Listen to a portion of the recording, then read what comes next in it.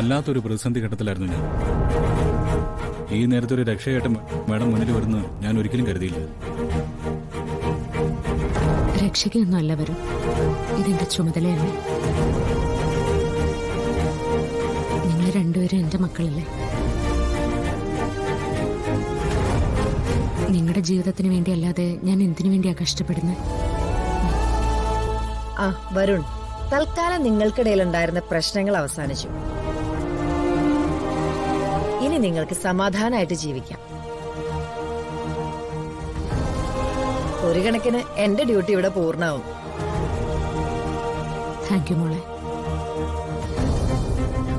ഇനി ഏറ്റവും സമാധാനം അനുഭവിക്കുന്നത് ഞാനായിരിക്കും. എന്റെ മോളും അവളുടെ ഭർത്താവും സന്തോഷത്തോടെ ജീവിക്കുന്നത് എനിക്ക് കാണാലോ. സന്തോഷായി മോളെ. ഇപ്പോഴാ നിനക്ക് വേണ്ടി എന്തെങ്കിലും ചെയ്യാൻ എനിക്ക് കഴിഞ്ഞ്.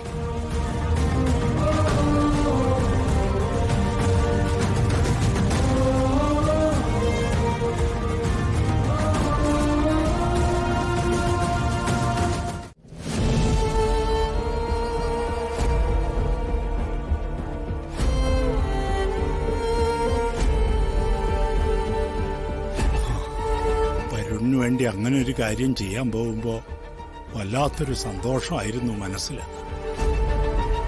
ഇന്നലെയും മിനിഞ്ഞാന്നുമൊക്കെ കുറെ ആളുകൾ വിളിച്ചു. അവരൊക്കെ ചോദിക്കുകയും ചെയ്തു, പരമേശ്വരൻ സാറിന്ന് ഒരുപാട് നേരം സംസാരിക്കുന്നുണ്ടല്ലോ എന്ന്. എന്നിട്ടെല്ലാം ഇങ്ങനെ അവസാനിച്ചു. പത്മിനി, നീ വരുണിനെ ഒന്ന് വിളിച്ചേ. എന്താണ് അവരുടെ അവസ്ഥയെന്ന് അറിയില്ലല്ലോ. വേണ്ട പത്മിനി, ഇപ്പൊ വിളിക്കണ്ട. അവര് വരട്ടെ, എന്നിട്ട് സംസാരിക്കാം. അയ്യോ, ഏട്ടന് എന്തുപറ്റി? എന്താ എടുത്തി? ഞങ്ങള് താഴെ നോക്കുമ്പോ അവിടെ ആരും ഇല്ല.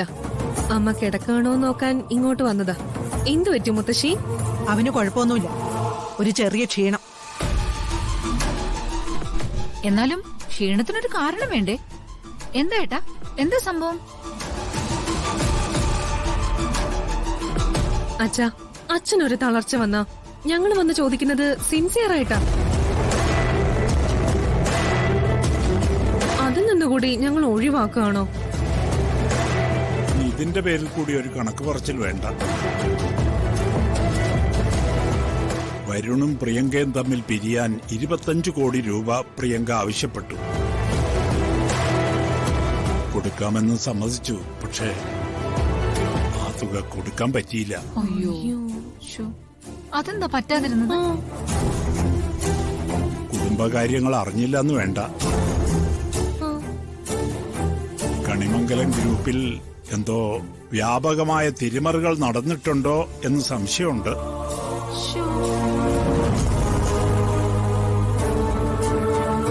കമ്പനി അല്പം പ്രതിസന്ധിയിലാണ്. എന്റെ ദൈവമേ, എന്താ ഈ കേക്കുന്നത്? ഏട്ടനും ചന്ദ്രേട്ടനും കൂടി നടത്തിക്കൊണ്ടിരുന്നപ്പോ ഒരു പ്രശ്നവും ഇല്ലാതെ നോക്കിയിരുന്നതല്ലേ? ഇപ്പൊ അതിന്റെ അവസ്ഥ കണ്ടോ?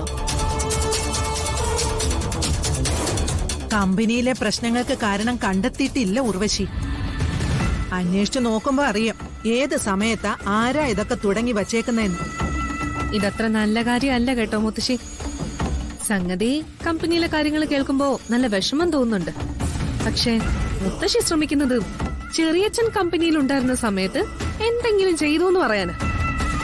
അതല്ലാന്ന് തെളിയിക്കാൻ നിനക്ക് പറ്റൂ?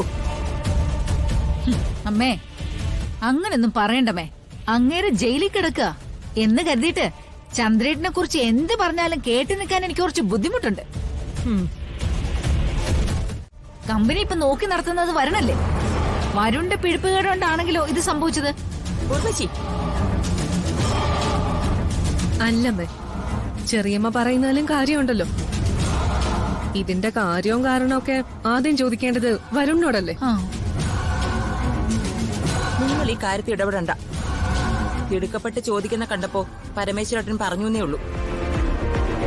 അല്ലെങ്കിലും നമ്മളെ ഒഴിവാക്കുകയും തള്ളിക്കളയുകയും ഒക്കെ ചെയ്യുന്നതാണെന്ന് നമുക്കറിയാം. എന്നാലും നമുക്ക് ചോദിക്കാതിരിക്കാൻ വയ്യല്ലോ. വാൽപ്പനെ, സംഭവിച്ച കാര്യങ്ങളിലല്ല, നമ്മൾ ചോദിക്കുന്നതിലാണ് ഇവർക്ക് ബുദ്ധിമുട്ട്.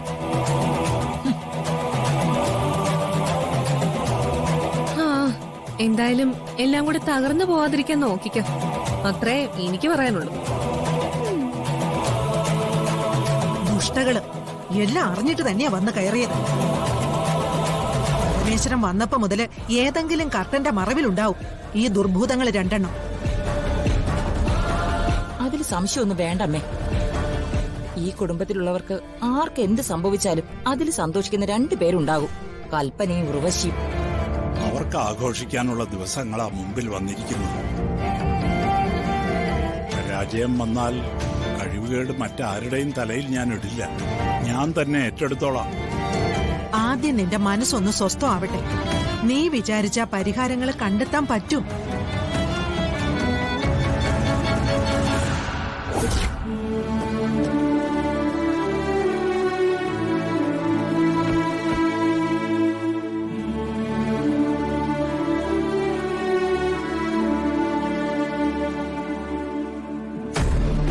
കൽപ്പന, കേക്ക് ഓർഡർ ആയില്ലേ?